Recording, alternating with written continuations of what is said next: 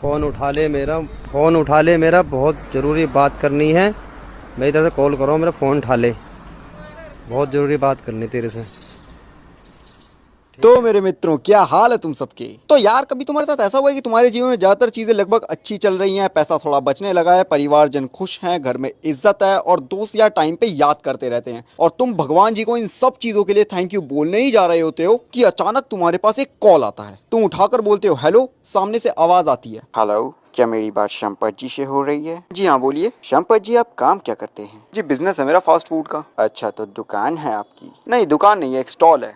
फिर तो काम धंधा बढ़िया चलता होगा। हाँ, प्रभु की दया से एक गोरी चिट्टी बीवी है, उसे स्टॉल पे खड़ा कर देता हूँ, मस्त सेल हो जाती है। कभी हमें भी चखाइए। जी, क्या कहा आपने? मेरा मतलब उनकी दया से तो सब सुख ही पाते हैं, और आपने तो 2 प्रकार के सुख एक साथ ही पा लिए। जी जी। वैसे शंपत जी, आपके परिवार में और कौन कौन है? आप ये जानकर क्या करेंगे? जी, हमारा एक सर्वे वर्क है। इस देश की जीडीपी में योगदान देते युवाओं से हम उनके एक्सपीरियंस का ब्यौरा लेकर एक पैन इंडिया रिपोर्ट तैयार करते हैं। अच्छा अच्छा अच्छा। जी, तो क्या मैं जान सकता हूँ आपके परिवार में और कौन कौन है? मम्मी है, एक छोटी बहन है और एक छोटा भाई। बाकी बीवी के बारे में तो आपको बता ही दिया। आपके पिताजी नहीं है? नहीं, उनकी 3 साल पहले डेथ हो गई। अरे माफ करना। कोई बात नहीं। पर कमाल की बात है, आप अपने पूरे परिवार की जिम्मेदारी अकेले उठा रहे हैं। जी धन्यवाद। पर आपने कभी सोचा है कि अगर आपको कुछ हो गया तो इन सब का क्या होगा? जी, क्या बोला आपने? जी, मेरा मतलब कि भगवान ना करे कभी किसी दुर्घटना में आपको कुछ हो जाए तो उन सब का क्या होगा? क्या बात कर रहे हैं आप, ऐसे कैसे कुछ हो जाएगा? तुम्हारे अच्छे खासे मूड की बजा दी गई है। साला जीवन का आनंद आ ही रहा था कि एक रैंडम कॉलर ने नई टेंशन दे दी। और अगर तुम्हें अब भी नहीं पता कि ये कॉल किस रिगार्डिंग थी, तो बेटा अगर सिम तुम्हारे नाम की है तो तोड़ के फेंक दो, या कभी अननोन नंबर से कॉल आए तो बिना पेरेंट्स के बात मत करना, वरना ओमनी वाले अंकल ले जाएंगे तुम्हें। जी हाँ, मैं बात कर रहा हूँ कॉल सेंटर में टेली सेल्स की। एक ऐसी जॉब जिसमें तुम्हें फोन करने के पैसे मिलते हैं, एक ऐसी जॉब जिसमें अनलिमिटेड अंधा पैसा छापा जा सकता है, एक ऐसी जॉब जिसमें कोई प्रेशर नहीं होता,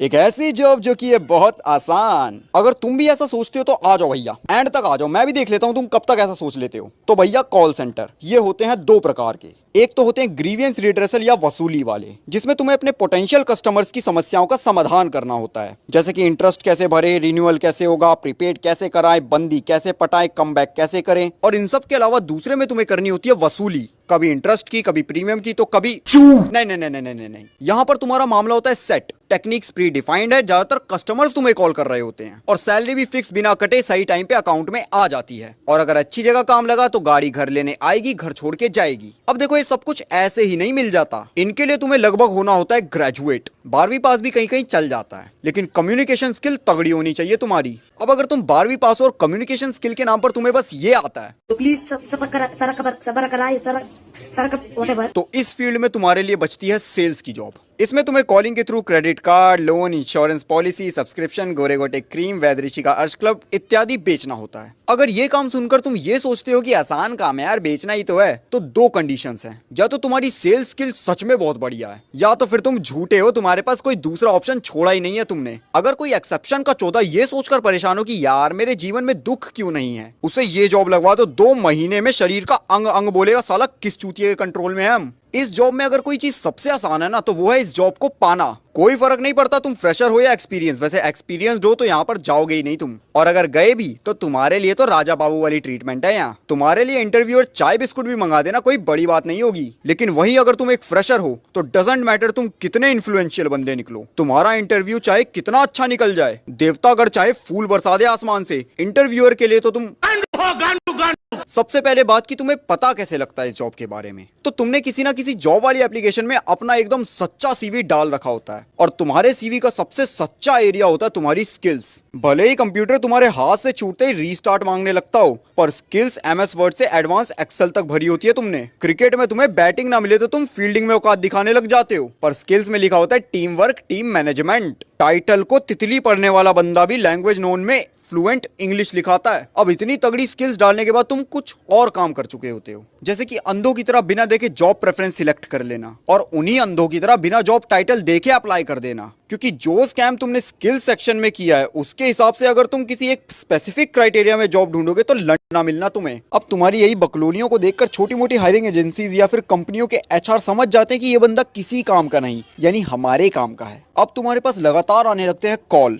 एचआर के, और 95 इन द 100 एचआर निकलती है लड़कियां, क्योंकि इसके कारण है भाई। देखो, वो है एक लड़की, अगर कोई लड़की उसका कॉल उठाए तो लड़की को लड़की पर जल्दी भरोसा हो जाता है, और अगर कोई लड़का कॉल उठाए तो भाई लड़की बोल रही है गलत थोड़ी होगा के अलावा एक्सेप्टेंस के और भी कई गहरे कारण होते हैं। अब कॉल पर तुम्हारे साथ ज्यादा बातें की नहीं जाती हैं, बस तुमसे तुम्हारा नाम, हाईएस्ट क्वालिफिकेशन, एक्सपीरियंस जो कि तुम्हारे पास होता नहीं है, जॉब टाइटल, वर्किंग और पे आउट मैकेनिज्म जिन पर तुम ध्यान नहीं देते, क्योंकि मन वो तो लड्डू फोड़ने में लगा हुआ है। उसके बाद वो लोकेशन पूछकर अगले दिन या 11 बजे से पहले कॉल आया तो उसी दिन तुम्हें इंटरव्यू के लिए बुला लेती है, और फिर तुम अपना सा मुंह लेकर वही सच्चे वाला सीवी प्रिंट कराकर निकल जाते हो। और यकीन मानो वो पूरे रास्ते तुम्हारी मदद के लिए तैयार रहती है, मानो सुबह सोच कर उठी होगी साला आज इसकी जॉब तो लगवा कर रहूंगी। बात अलग है मनी मन वो तुम्हें लोड बोल रही होती है, क्योंकि गूगल मैप होते हुए भी तुमने उसके वर्किंग आवर को ओवर टाइम बना रखा होता है। और तुम क्या सोच रहे होते हो, कितनी हेल्पिंग है यार, काश ये उतनी अच्छी दिखे जितनी अच्छी फोन पर है। यही तो कारण था तुम्हारे इतनी जल्दी कन्विंस हो जाने का।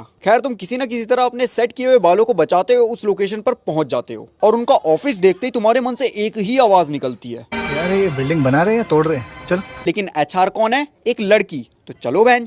अब जैसे ही तुम उनके बताए फ्लोर पर जाते हो, तुम्हारे सामने एक दरवाजा आता है, जिसके पीछे के रहस्यों के बारे में सोचकर तुम्हारे पेट में केमिकल रिएक्शन वाली गुदगुदी शुरू हो जाती है। और तुम जैसे ही गेट खोलते हो, तुम्हारे ठीक सामने केवल और केवल 3 कदम की दूरी पर एक टेबल रखा होता है, जिसका साइज उतना ही होता है जितनी जगह तुम ग्रामीण सेवा में घेर पाते हो। अब ये मत कहना कि हमारा काम तो पीछे लटके लटके हो जाता है। तो उसी टेबल के सामने एक पंचायतों वाली प्लास्टिक की कुर्सी पर एक माता विराजमान होती है। अब तुम्हें देखते ही वो तुम्हारा नाम कंफर्म करती हैं, और फिर तुम्हें कुछ देर बैठने को बोलती हैं। कुर्सी पर बैठी उन माताश्री को देखकर तुम मन ही मन ये सोच रहे होते हो कि क्या सच में यही एचआर है, इनसे पूछूं या ना पूछूं, यार ये मैं कहाँ आ गया, मैं यहाँ आया ही क्यों। और जैसे ये कंफर्म हो जाता है कि वो ही एचआर हैं, तुम अपने आप को ठगा हुआ महसूस करने लगते हो। अब तुम्हारे मन में एक ही बात इन्फिनिटी लूप में चल रही होती है कि हे भगवान, बस ये जॉब ठीक ठाक निकले, अभी से इतना सैड हो गया। चलो, तुम्हारी थोड़ी राहत के लिए एक लड़की उस कुर्सी पर बैठी होती है और तुम्हारी आइडेंटिटी कंफर्म करके बैठने को बोलती है। अब खुश, वहां बैठे बैठे तुम आइडिया लगा रहे होते हो कि इस कैबिन में क्या होगा, इस रूम में क्या होगा, ऑफिस रूम के अंदर कैसा माहौल होगा, इस रूम में असली मैटर है। हाँ? ये सब तुम सोच ही रहे होते हो कि तभी एचआर तुमसे तुम्हारा सीवी मांग लेती है। अब थोड़ी देर बाद तुम्हारा नंबर आ जाता है और तुम्हारी ऊपर से लेकर नीचे तक फट रही है। सेल मी दिस पेन वाली वीडियो तुम्हारे दिमाग से बिल्कुल उड़ चुकी होती है, और वहां पर कुछ सवाल चल रहे होते हैं। क्या पूछा जाएगा, क्या जवाब देना होगा, अंदर जाऊं कि नहीं जाऊं, कहीं मैंने आके गलती तो नहीं कर दी। यही सब सोचते सोचते तुम किसी तरह अंदर चले जाते हो। फॉर्मेलिटीज पूरी होती हैं और तुम बैठने लगते हो, और तुम्हारे बैठते ही एक सवाल तुम्हारे मुंह पर चिपका दिया जाता है, टेल मी अबाउट योरसेल्फ। और इस सवाल का तुम अपनी फ्लुएंट इंग्लिश में ऐसा जवाब देते हो कि इंटरव्यूअर खुद बोल देता है कोई बात नहीं, आप हिंदी में जवाब दे सकते हैं। पर क्या फायदा, हक तो तुम्हें वहां भी देना है। मुझे सही में समझ नहीं आता कि इंटरव्यूअर इस सवाल का आखिर क्या जवाब चाहते हैं। तुम जैसे मर्जी जवाब दे दो, इंटरव्यूअर कुछ ना कुछ ऐड करने को बोल ही देता है। पता नहीं इन्हें ऐसा क्या सुनना उस जवाब में। अब ये सब चीजें क्लियर करने के बाद वो तुम्हारी हॉबीज और स्किल्स के बारे में थोड़ा और पूछने लगते हैं, कतई पर्सनल हो जाते हैं। उसके बाद वो तुम्हें बताते हैं जॉब के बारे में। एग्जाम्पल के लिए, तुम्हें लोगों को कॉल करके पॉलिसी या लोन बेचना है। ये सुनते ही तुम्हें झटका लगता है, भैंचोद ये कैसे हो सकता है। तुम उनसे पूछते हो कि क्या ये सेल्स की जॉब है, तो वो कहते हैं कि हाँ, एचआर ने बताया नहीं क्या आपको। तब तुम सोच रहे होते कि यार एचआर ने तो बताया नहीं था ये सब, पर साले एचआर ने ये सब फोन पर ही बता दिया था। तुम ही गांडू थे जो उस टाइम मन के लड्डू फोड़ रहे थे। खैर, अब तो सीख मिल चुकी है तुम्हें, तो तुम आगे कंटिन्यू करते हो। उसके बाद वो तुम्हें बताते हैं कि वर्किंग आवर सुबह 10 से शाम 6 बजे तक का है, संडे और त्योहारों की छुट्टी रहेगी, महीने में 1 दिन की कैजुअल लीव होगी, और अगर इनके अलावा कोई छुट्टी होगी तो पैसा कटेगा तेरी माँ का। अब आती है सैलरी की बात, और ये वही जगह होती है जहां पर ये तुम्हें बहुत तगड़ा घुमाते हैं। अब देखो, तुम्हारा इंटरव्यू मैंने बताया ना, चाहे जितना अच्छा गया हो, तुमने अपनी फ्लुएंट इंग्लिश और कम्युनिकेशन स्किल से गांड फाड़ दिया सामने वाले की, पर तुम हो क्या,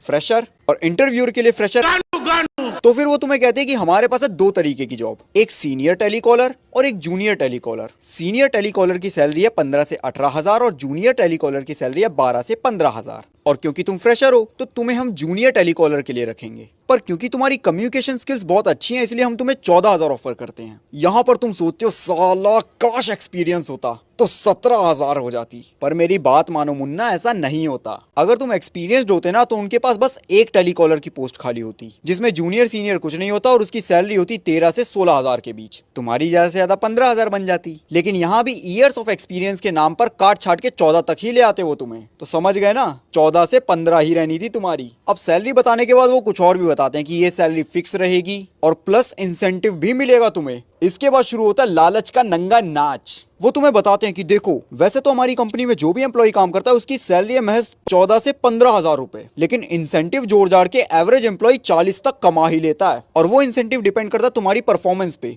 तुम्हारी सेल्स पे। तुम जितनी ज्यादा सेल करोगे उतना ज्यादा तुम्हारा इंसेंटिव बनता है, यानी कि तुम जितना मर्जी उतना कमा सकते हो। तुम्हारा अर्निंग पोटेंशियल इन्फिनिटी है। ये बात सुनने के बाद फैसला लेने वाले तुम नहीं होते, लालच होता है। और यही वो लालच होता है जो तुम्हारा दिमाग बंद कर चुका होता है। तुम ये सोच ही नहीं पाते कि जिस कंपनी के एवरेज एम्प्लॉय 40,000 कमा रहे हैं, उस कंपनी की एचआर का डेस्क वॉशिंग मशीन से भी छोटा कैसे।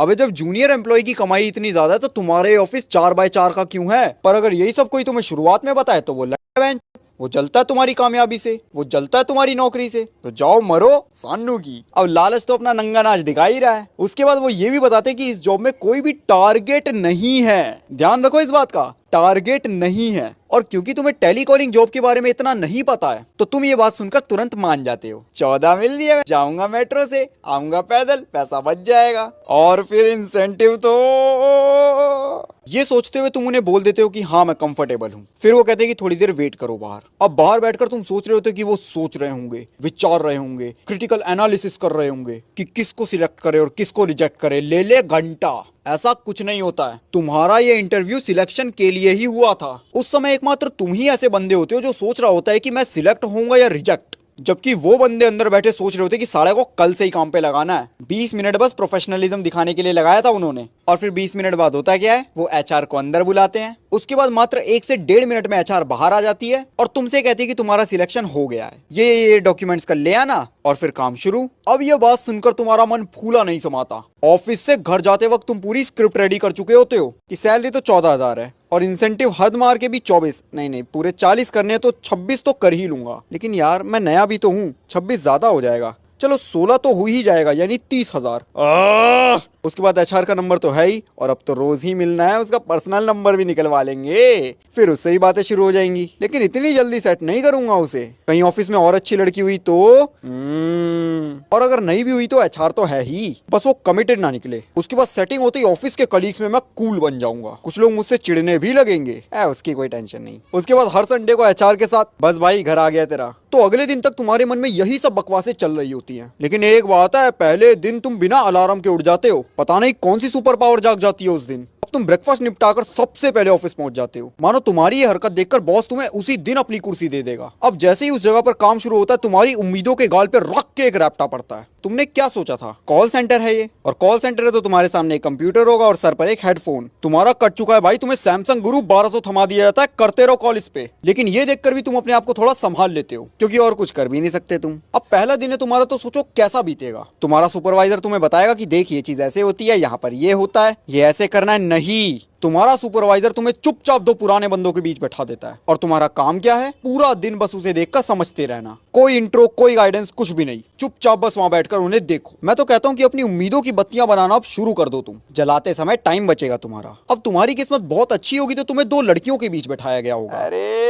नहीं, मैं उस कारण से नहीं कह रहा हूँ, कोई दूसरा कारण है कहने का। देखो होता क्या है कि ऐसी जगहों पर तुम्हें एक पैटर्न देखने को मिलता है एक्सेंट को लेकर। यहाँ पर जो लड़कियां काम करती हैं उनकी एक्सेंट और जो लड़के काम करते हैं उनकी एक्सेंट में रणदीप अर्जुन का फर्क होता है रेस्पेक्टिवली। लड़की एकदम थोड़ा पढ़े लिखे तरीके से, भले ही 12वीं पत्राचार से निकाली हो, पर थोड़ा अच्छे तरीके से बोलती है। वहीं लड़कों को बोलता देख मन में विचार आता है कि साला एक ही भाषा जो तुम जानते हो उसकी भी मार लो फोन पे। नहीं यार, एक अच्छा तरीका होता है बोलने का। हेलो, क्या मेरी बात जतिन खंडेलवाल जी से हो रही है? नहीं। हेलो, क्या मेरी बात जतिन खंडेलवाल जी से हो रही है? एक बार को जतिन भी सोचे, साला आज तक जतिन का मतलब नहीं पता चला। ये जैटिन और अंग्रेजी मत बुलवा लो इनसे, रैप कर देते उसके साथ तो ये। हेलो, मैं एम स्पीकिंग विद टू राखी टट्टा। अबे टट्टा ही बोल देना, ज्यादा से ज्यादा क्या होगा, राखी केस कर देगी घर वालों पे। यार ये जेंडर में गफला कर देते हैं भाई। मानो इन्होंने एक जगह फोन लगाया और उठाती है एक महिला, वो बोलती है हेलो, ये हेलो सर, मैं एम स्पीकिंग विद टू कमला दास।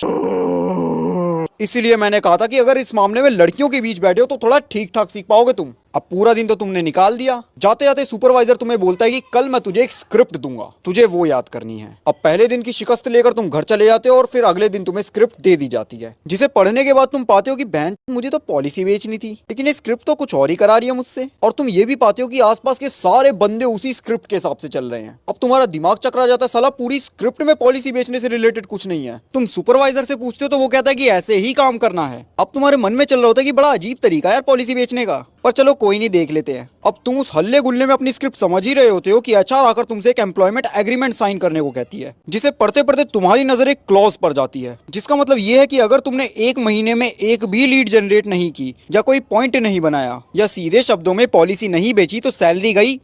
पर इंटरव्यू के वक्त तो कहा गया था कि कोई टारगेट नहीं है। अब तुम इस पर सवाल उठाते हो तो नानी मरे एचआर की कि वो ढंग से तुम्हें कुछ बता दे। मेरे दोस्त केशव के साथ हुआ था ये, वो ऐसा क्लॉज देखकर तुरंत भड़क गया था एचआर पे। अब वो एचआर से कंफर्म करे, वो ढंग से जवाब ना दे। अब जब उसने और सवाल जवाब किया तो हुआ क्या कि वहीं एचआर की डेस्क के सामने एक नया लड़का जिसने उसी दिन ज्वाइन किया था, एचआर उससे कंफर्म करा रही है। अबे उसे क्या ही पता होगा ऑर्गेनाइजेशन के बारे में, उल्टा वो तो साला उतना पढ़ा लिखा भी नहीं था जितना केशव था। लेकिन फिर एचआर कौन है, लड़की, तो बस वो साला हीरो बनने लगा। वो बंदा केशव को समझा रहा था कि इसमें सैलरी कैंसिल कहाँ लिखा है, फिर केशव उसे दिखाता है कि ये देख इसमें नॉट एंटाइटल्ड टू सैलरी लिखा हुआ है, क्या मतलब होता है इसका। और फिर वो क्या कहता है इस बारे में, सही तो लिखा है भाई, अगर तुम कंपनी को काम करके नहीं दोगे तो कंपनी फ्री में थोड़ी सैलरी देगी तुम्हें। फ्री में? अबे तो पूरे महीने यहाँ रोज के 8 घंटे तक इतने सारे कॉल क्या फील्डिंग बिठाने के लिए कर रहा हूँ मैं, रजत दलाल हूँ क्या, ये काम नहीं है क्या। और वहां के लोग साले अलग लेवल के मोटिवेटेड होते हैं भाई। अगर तुम किसी से भी पूछोगे ना कि अगर एक भी नहीं हुई तो उन सबका जवाब एक ही आता है, ऐसे कैसे नहीं होगी। अबे पूछ रहा हूँ तुझसे, अगर नहीं होगी तो क्या होगा।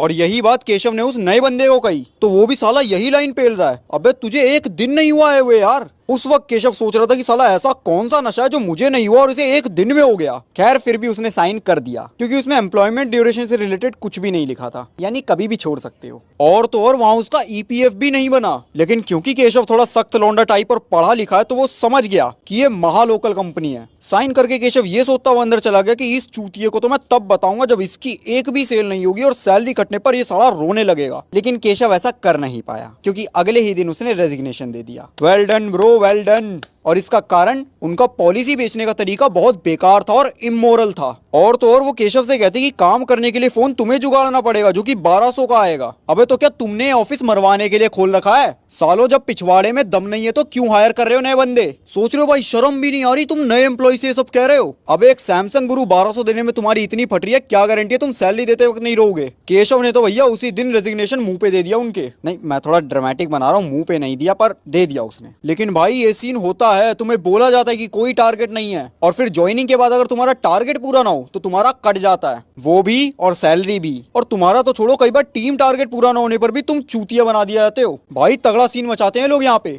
और मैंने कहा ना तरीका कुछ और है भाई, जो तरीका वो अपनाते हैं ना बेचने का, माता पिता की गालियां मीठी लगने लगती हैं। कस्टमर से ऐसी ऐसी गालियां खा चुके होते हो तुम। 15,000 रुपए के लिए फटी फटी में काम कर रहे होते हो। और डायरेक्टर कौन होता है उस कंपनी का, वही जिसने तुम्हारा इंटरव्यू लिया। वो तीसरे दिन आकर तुम्हें बताता है कि तरीका क्या है बेचने का। और इनके टारगेट कस्टमर्स कौन होते हैं, वो जिनकी पहले से कहीं पॉलिसी चल रही है, उन्हें तुम एक और पॉलिसी में फंसा देते हो। तब तुम समझ जाते हो कि भाई मैं गलत जगह आ गया। अबे जो खुद नए बंदों को टारगेट बनाकर पॉलिसी नहीं बेच पा रहे हैं, तुम उनके पास रहकर कौन सी सेल सीख लोगे। इससे अच्छा साला खुद एजेंट बन जाओ। अगर एक भी पॉलिसी बिकी ना साला तब तक कमाओगे जब तक प्रीमियम भरेगा बंदा। लेकिन यहाँ जैसे तैसे करके पॉलिसी बेची, तुम्हें उस महीने में इंसेंटिव मिल गया, बस खत्म। ओरिजिनल बेनिफिट किसका। इससे अच्छा वेंचर IRDA का एग्जाम निकालो, खुद एजेंट बन जाओ। अब अगर तुम ये बात समझ जाते हो तो तुम अगले दिन वहां जाओगे ही नहीं। और अगर तुम ये सोचते हो कि अपना काम बनता बाढ़ में जाए जनता, तो हेलो, क्या मेरी बात सोनिया जी से हो रही है। तो यार वीडियो कैसी लगी है कमेंट सेक्शन में बताओ। बढ़िया लगी है तो लाइक करो, शेयर करो अपने कॉल सेंटर में काम कर रहे या कॉल सेंटर में काम ढूंढ रहे दोस्तों के साथ। चैनल को सब्सक्राइब करो। जानकारी सहायक लगी है तो थैंक्स भी कर सकते हो। और अगर ये वाला करोगे तो ज्यादा खुशी मिलेगी मुझे। बाकी हमारे इंस्टाग्राम, फेसबुक और ट्विटर पर भी आओ, वहां पर मैं अपडेट्स देता ही रहता हूँ। और जाते जाते बस इतना ही कहूंगा कि यार अगर किसी कॉल सेंटर में काम पे लगो तो सब कुछ पहले ही कंफर्म कर लो कि प्रोसेस क्या रहेगा, सेल करने का तरीका कैसा है, टारगेट कैसा रहेगा, सैलरी पे आउट मैकेनिज्म कैसा है, क्या क्या नियम है, ताकि तुम अपना एक महीना भी बर्बाद ना कर दो कहीं पे। बाकी मैं जा रहा हूँ जतिन खंडेलवाल को मनाने, वो डेफेमेशन चिल्लाया जा रहा है। तो भाइयों जय श्री कृष्ण।